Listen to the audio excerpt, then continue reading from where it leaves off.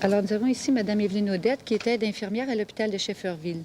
Elle a 2 enfants et du fait qu'elle a épousé un Blanc, elle a perdu son statut légal d'indienne.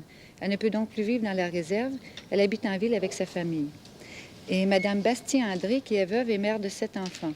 Elle a vécu dans le bois jusqu'à ce que ses aînés aillent à l'école.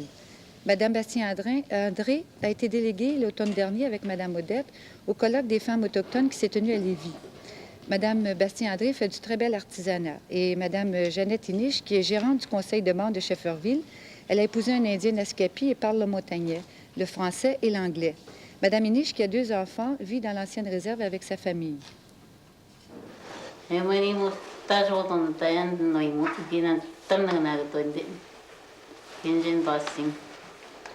elle nous fait le reproche qu'on perd notre langue tranquillement, tu sais, on commence à le perdre, elle dit qu'elle elle va la garder tout le temps, puis elle va se comprendre là-dedans.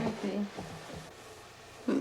Moi, franchement, je la sens, tu sais, quand je parle avec les vieux, là, je les comprends, mais dès qu'il y a des termes, mettons, de bois, de chasse, ou, tu sais, je les perds complètement. Tu sais, mais je peux converser pareil, tu sais, les comprendre. Toi, Jeannette? C'est la même chose. Il y a beaucoup de mots que je ne sais pas, que je suis obligée de demander à mes parents. La plupart du temps, la même chose, les choses concernant le bois, les animaux, puis... Avez-vous l'impression que justement, dans cette évolution-là de la langue, à ce moment-là, si vous ne parlez plus des mêmes choses, vous ne pouvez plus parler des mêmes choses, alors la langue, qu'est-ce qu'elle transmet?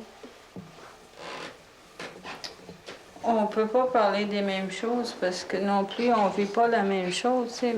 On ne parlera pas de chasse parce que mes parents, ils ne vivent pas de chasse. Parce que c'est pas mal, pas délaissé, mais il y en a plusieurs qui vivent plus de chasse.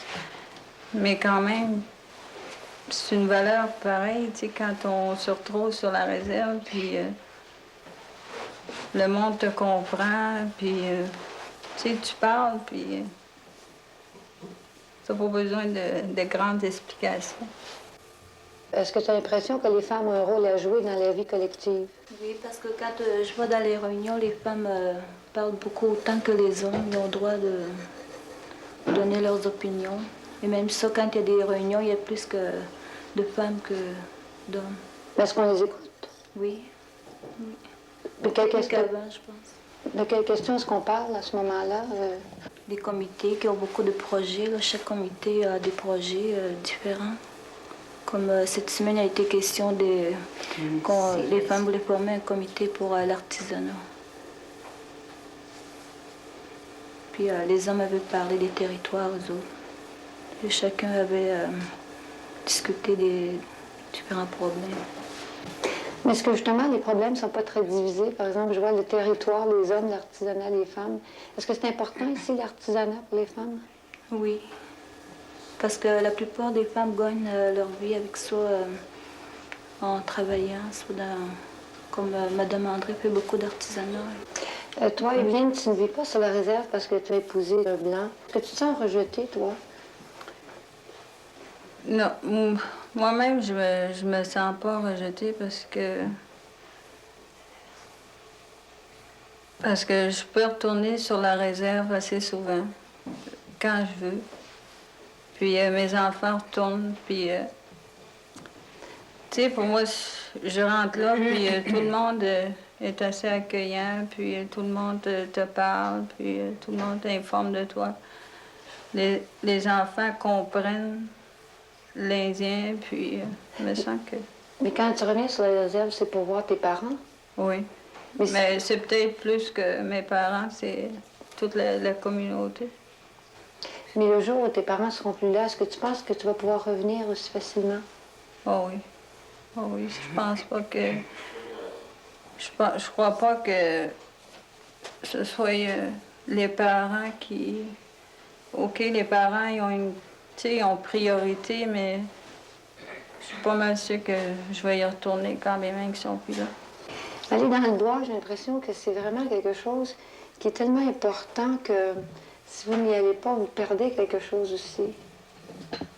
Ay, gusto ko, ay, yung, yan ka kuspin siya, ka kuspin, di siya kayo dating na naswa.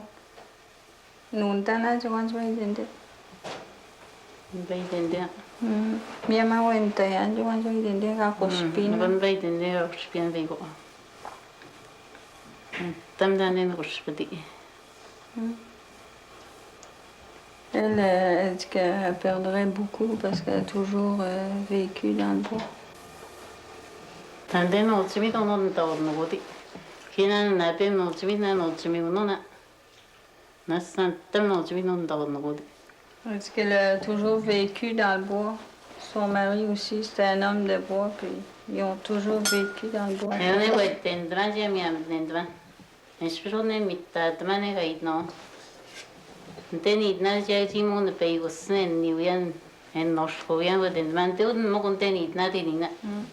Elle dit que quand elle est dans la maison, là, elle dit qu'elle regrette qu'est-ce qui s'était passé avant, tu sais. Elle a l'impression qu'être seule à vivre ça, tu sais.